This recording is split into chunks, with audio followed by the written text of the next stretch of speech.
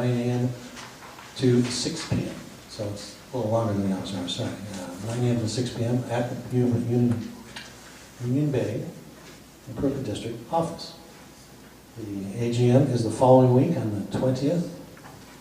And at that point we have, there won't be an election, so it'll probably be a fairly short meeting because we only have the routine business that we have to deal with. And mostly the presentation, I believe, of the financial statements by the auditors. And I haven't actually looked at what that agenda includes yet, but again, we won't be doing any election stuff, so it should be relatively painless. And then Saturday is the actual polling, and it goes from 10 o'clock until 6 o'clock. And we will be announcing the winners and posting it as soon as we have got the accurate count. Last time I had a whole bunch of meetings to set up for the board, and I think they're probably regretting it now because they have a meeting almost every week for the next 6 weeks with a variety of organizations and local governments that we have a lot of interaction with. So we actually had one tonight before this meeting with Island Timberlands, and we've got a whole bunch more to go.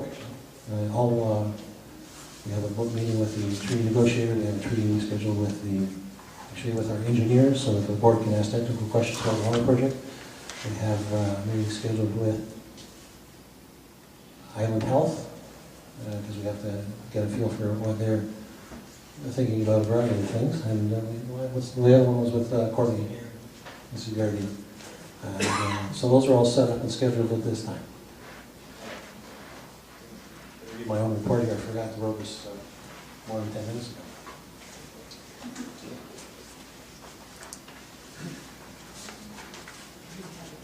And we have a training session, so there's an orientation session with a contractor, very experienced person in local government. We'll be meeting after that training will be taking place after the elections are closed, actually the next weekend, and it will be most of the day on the Saturday for the trustees to find out procedures, governance practices, why there is an improvement district, why do we need those. So that should be very interesting for me anyway, if we have new trustees, and I'm hoping that maybe we'll have a new administrator by then, and whether or not they're able to leave their other job yet, maybe they can come down and visit us for a Saturday and find out what an improvement district is all about, because it's quite different than a conventional municipality, which is my experience. Fire engine, the chief has just updated me very quickly that the fire engine purchase, the used fire engine from Hallmark's Fire Department, is proceeding nicely. He was gracious enough to give me a letter of intent, but at this point it's all but confirmed except for the paperwork. And the last one, there was a question at the last meeting about the McKay Road Reservoir, which I don't think we had any information for. I've since talked to Mr. McGill, and he tells me that the reservoir was back up to full very quickly after the incident where it got drained, and I'm not actually familiar with what that incident was, so I can't answer that part if you want to know.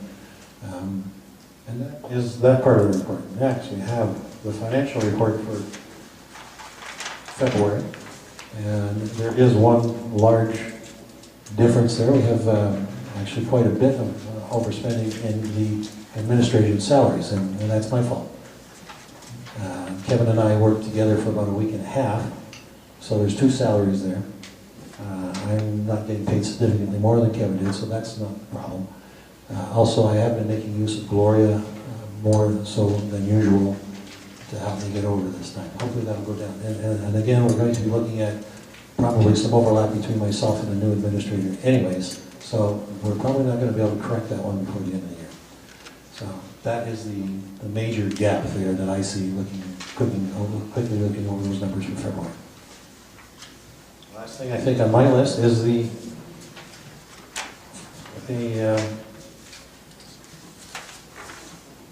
chief's report.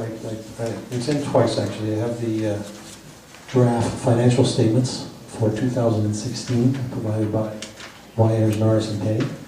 They will actually be presenting those at the annual general meeting, so I'm not really in a position to answer a lot of questions about them. They tell me they're more or less complete. There shouldn't be any major changes between now and the AGM.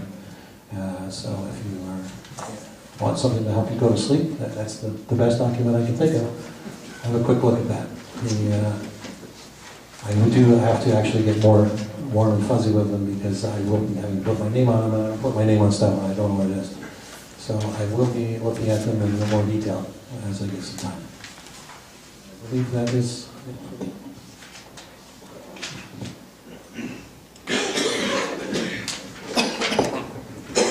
Thank you, Mr. D. We go on now to the Union Bay Fire Rescue Fire Chief's report. Mark Jackson, Fire Chief. I'll just read these, they're very brief. The primary purpose of this report is to keep the Union Bay Improvement District Board informed as to the activities and progress on major programs and or objectives. Incident summary, the department responded to 5 incidents in February. First responder number of calls were 4. No further action required on those. The wires down was another call they got, one of those, and no further action required on that. The statistics, total time worked, 3 hours, 43 minutes. Average time on call, 44 minutes. Total number of responders, 19. Average number of responders, 4.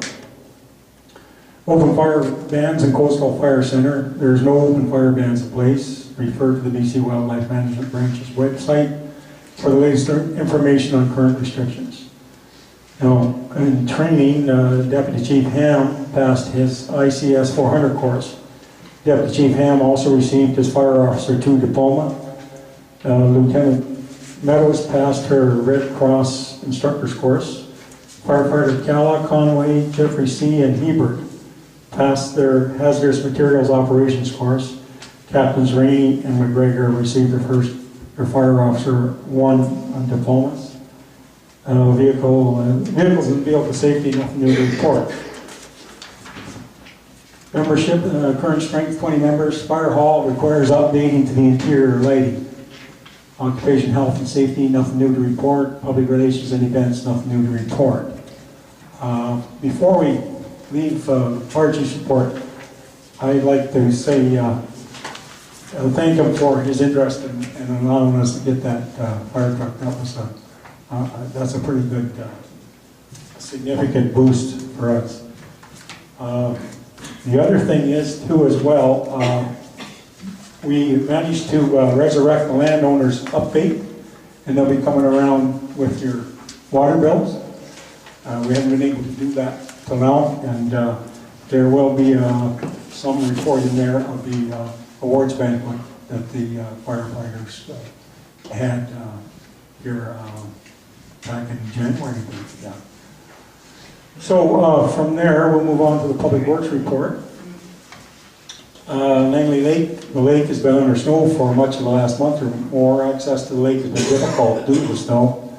There's been more quad activity around the gate as they've cut down trees to fill in the ditch and pulled out the concrete barrier to gain access. I will be placing a concrete block as soon as we can get a crane truck to the lake. This year was heavy on the snow, and considerable thought should be on the access to the proposed site by the new highway for the treatment plant. This road would have been plowed on a regular basis at a new bit of expense. BC Ferries, the meter for their terminal at Buckley Bay was installed January 31st and now has a new curb, stop, and double check valve. This was the last of the services to be metered. Water stats in 2.30 NTU, out 2.25 NTU. Chlorine 1.45 parts per million free. Tank level 35 centimeters from full. Water temperature 5.9 degrees Celsius. Water consumption 530 cubic meters per day. And Langley Lake height 5 centimeters. Submitted by Danny McGill, Public Works Superintendent. Okay, so that's it for the reports. Now, could I have a motion from the board to accept the reports as presented, to be received and on record? A motion to accept the reports from the motion for it to accept the reports. I second that motion. Okay, we have a motion from trustee Lobson to accept the reports, seconded by trustee Bitten. All those in favor of accepting the reports, raise your hand. Okay, then the motion is carried and the reports will form part of the record. Now we go on to old business, ratification of the previous board motions, decisions via email. You want to talk on this, Martin? Or? No. No? Okay. This was, we had to make a year-end transfer to capital reserves from our monies at the bank. And we unfortunately were unable to do this at a meeting, and it had to be done quickly. So we actually did it by email. So I guess what I'm asking for here is a motion just to ratify that decision that was made by email, as apparently that's required by policy. I'm sorry. Okay, here.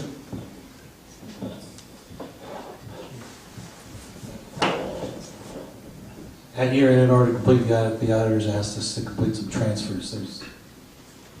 At the end of the year, when all the bills are in and everything is finished, we end up with X number of dollars sitting in the operation account that don't belong to them. They need to go to their actually money that's set up for reserves, for the fire department reserve and for the capital reserve. There may be some other reserves in there as well, 2 or 3. At any rate, the board authorized Kevin to move those monies, basically verbally, and so that the audit could be completed and show the right balances. So that's been done. The board still needs to make a motion to that effect, even though it's been done and everybody's okay with it. So that's all that's happening. So there's no, I'm not actually going to do anything. It's already done.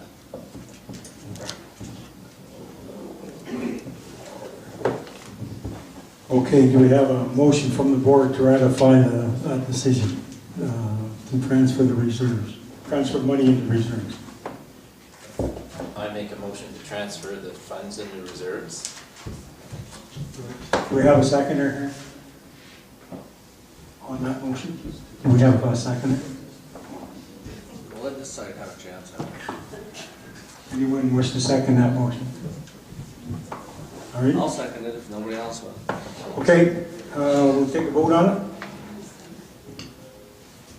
Those in favor? Okay. Motion's carried. Okay. Now we move on to new and other business. And this is getting back to something that was mentioned in previous meetings. Convening a board of variance. As you know, because we levy taxes in the form of parcel taxes, we have to also have a variance board that will hear complaints from people, should they choose to make one. Now, we have been unable to do this yet, so I'm going to ask Mr. G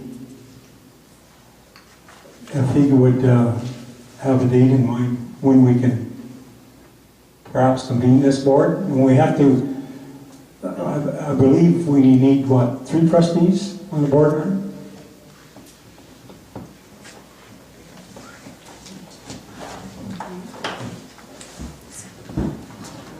When I looked into it with the Local Government Act, what's required is 3 persons. They could be 3 trustees, they could be 3 not trustees, they could be any combination you want. So whatever works for you. The purpose of this variance board is if for some reason, particularly if we're levying taxes by the value of your property, you would have an opportunity to object to the value of that, given to that property. In this case, it's about a flat tax. Well, what that means is if you have a main running in front of your property, whether you're hooked into it or not, you pay the parcel tax. So the only thing really that affects money that you might object to would be, do you have access to water on your property, whether it's vacant or not?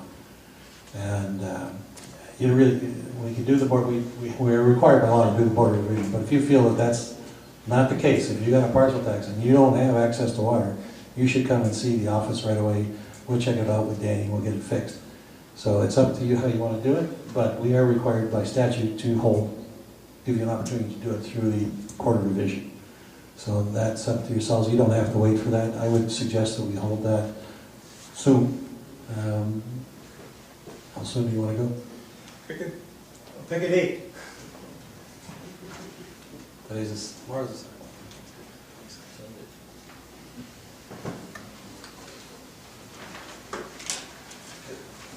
The legislation doesn't even go that far, but yes, we will notify the public. The legislation just says you got to hold it, and actually it's supposed to be before you issue the parcel taxes. So we are out of the envelope, but we can certainly fix that if you received an incorrect parcel tax. We'll fix that. It's not like we're going to fight you.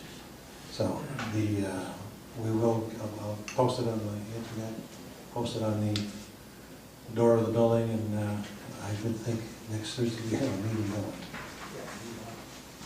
So, Wednesday evening, I mean, well, I haven't heard back from you. Sorry, we're taking a lot here. But I have to stay later anyways, so it could be the Wednesday, if you wish. What Okay. date is that, Mark? 22nd? So we will post immediately, and we will have our court of revision available on the 22nd of March, in the evening until 6 to 7. You need that long? 5 to 7? 5 to 7. We actually don't expect anybody to be there because nobody's complained about this. But we do have to, like I said, statutorily it has to take place. And what will probably happen is if you do come in with somebody, I will have to call the 3 board members that are volunteering for this task. So they'll come in, because otherwise we'll be sitting there looking at each other playing pinochle. And I don't know how to play pinochle, so they'll probably take me to the cleaners. Do we have our volunteers? I won't. Oh, we need 2 more. I don't believe I qualify. I won't be by 5. I'll be home at 5. When you can make it. Unless somebody else wants over there. How about you? Sure. Jim? Okay. Jim? Jim and I and Sure. Glenn? That's Okay. fine. Fair enough.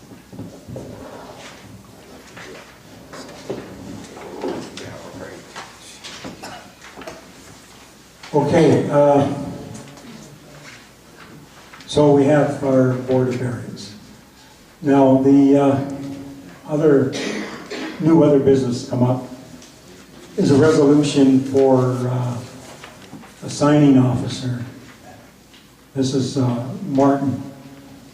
We have to come up with a resolution to enable Martin to be a signing officer, I guess, basically on our credit card, is it?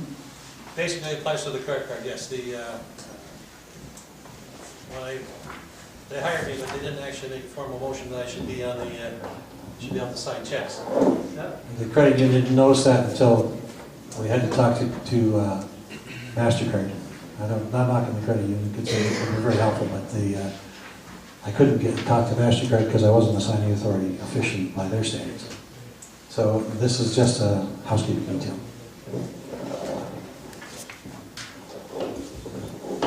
Okay, can I get a vote from the board here, a motion from the board to make Grant Martin the signing officer privileges for the purpose of the board business?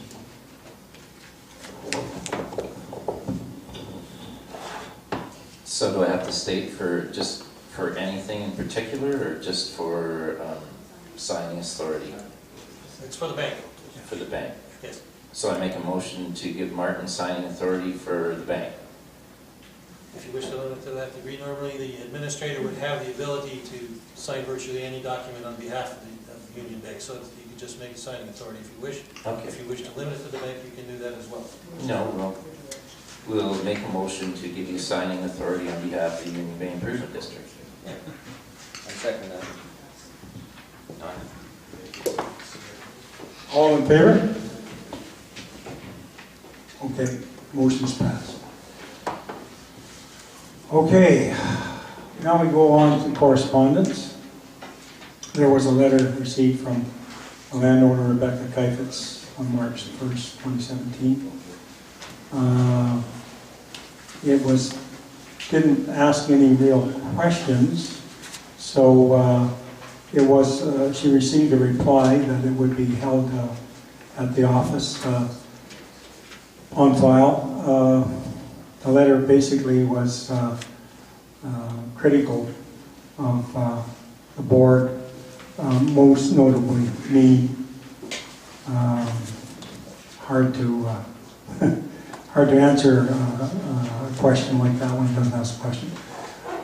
B, there was a letter from landowners Alice D. Wolf, Allison Morrison, Gary Fawcett, Evelyn Clark, and Rebecca Keifetz, received March the 5th, 2017. Now this letter was not addressed to the board. They just sent us a copy. So it's rather difficult for me to comment on something that wasn't really addressed to us, other than to say I gather they're a concerned group of landowners who wish to pursue joining the CBRD. And that's about all I can say about that. C, there's a letter from landowner Janet Thomas, received March the 5th, 2017. Again, I replied to that. She posted questions about my authority as chairman, etc. I believe Ms. Thomas also received a reply to that letter from the administrator, and she obviously sent a copy on to the administrator. So that is what all the correspondence we got in this period of time. So moving on to 9, the next board meeting will be the annual general meeting on Thursday, April 20th, 2017 at 7 p.m. in the main hall in the Union Bay Community Hall. That'll be our AGM. Okay, now we have a chance to take some questions from the landowners in the audience. Now, the questions have to be a question, and I would expect that there be a certain amount of dignity attached to them. You can ask questions of any of the board members here, but they have to be directed to the chair. So, having said that, we leave the question period open. Yes, please. I just want to know if you and we, the board, intend to have a candidates meeting prior to the election. Something run under the auspices of UBIT. I don't believe we have that authority. We're not running for it. No. The all candidates meeting typically, if you'll permit me, typically is run by a third party, not UBIT. There is a group talking about doing so, yes. Mr. Bruce Livesey actually approached me on that. So the answer is no, the board. No, I don't believe that's not our prerogative, actually. According to the AGM procedures, the candidates will have 2 minutes to speak at the AGM. Now, that's after the advanced polls, so it's not terribly helpful, but at least it's there. But that is That's how all it used to be. yeah. That's still in there. We didn't take it out. This doesn't prevent any political affiliation to hold an all candidates meeting. They're free to do so. Better to have the community together in one meeting rather than have it broken up more than it is fractured already. Yeah, duly noted now. About the AGM. Were there any more questions? Yeah. Sure. I guess everybody can hear me, hopefully. Would you like to wait? No, I'll try and speak loud enough. Do you want to address one of the...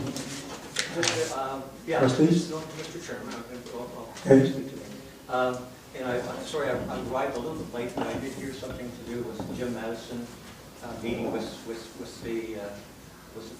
you administrator, right? That's correct. Yeah, so basically so the provincial government appointed facilitators. Jim Madison has recently met with UBID's administrator and Ryan McMahon representing KIP.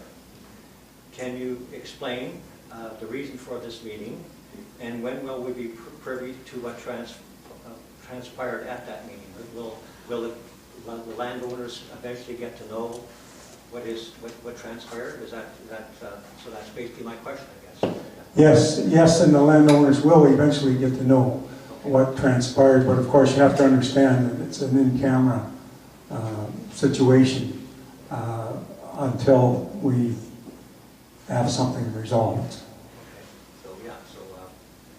Okay. I think just to end with that, it just seems to be very difficult to kind of piece together all the things that are going on in the community, and I think it's not doing anything good for us as a people who live here. I think it seems to be so disjointed, and I would hope that we could get together, get to a place where we could have the lines of communication flowing, because I think that's what the board basically stated when this new board, which is you, is that we were going to aim to try and have more transparency and more availability to get to speak to each other and whatever, because I've been here 38 years now, and I think we need to get to a place where we start moving towards a common goal. Thank you very much. And that's our intention. Exactly. I agree. Any other questions? Yes, this lady here. I would just like to say that after 5 years of not having any negotiations with the developer and the ministry, I'm really thankful that you guys finally got it going. Thank you. Oh, thank you.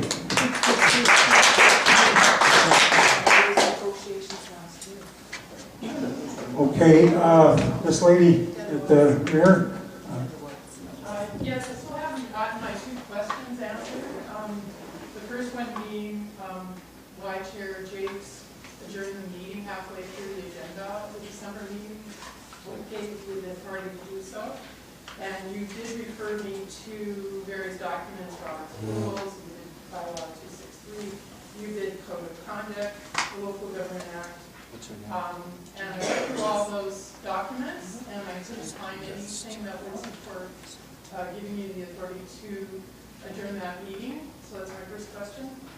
And the second question is, was, and it still is, can another trustee on the board also comment on a citizen's question if they'd like to express a differing opinion than the chairs? And you referred me to the question period at Pitt on the website. And it's actually not on the website, but I did get a copy of it, and it's not answered on the question. So I'd like those two questions answered. Well, yes, as I just mentioned earlier, you can ask any questions you want of the board here. You just have to address the chair first, and then I'll refer them to whichever trustee you want to reply.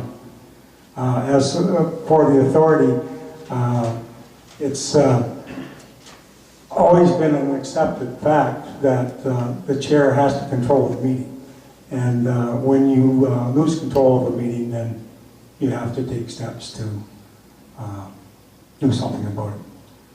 Okay? Well, I did get some response from back from the community, and they couldn't find any reason for it. So I respectfully disagree with you. I don't agree to do that. And secondly, I have asked for other people's opinions, and you cut them off, such as at the December meeting. So I'd appreciate in the future if the other UBID trustees could participate in the question-answer period. Absolutely. Any more questions? Yes, I have a question. Oh, go ahead. Yes, ma'am.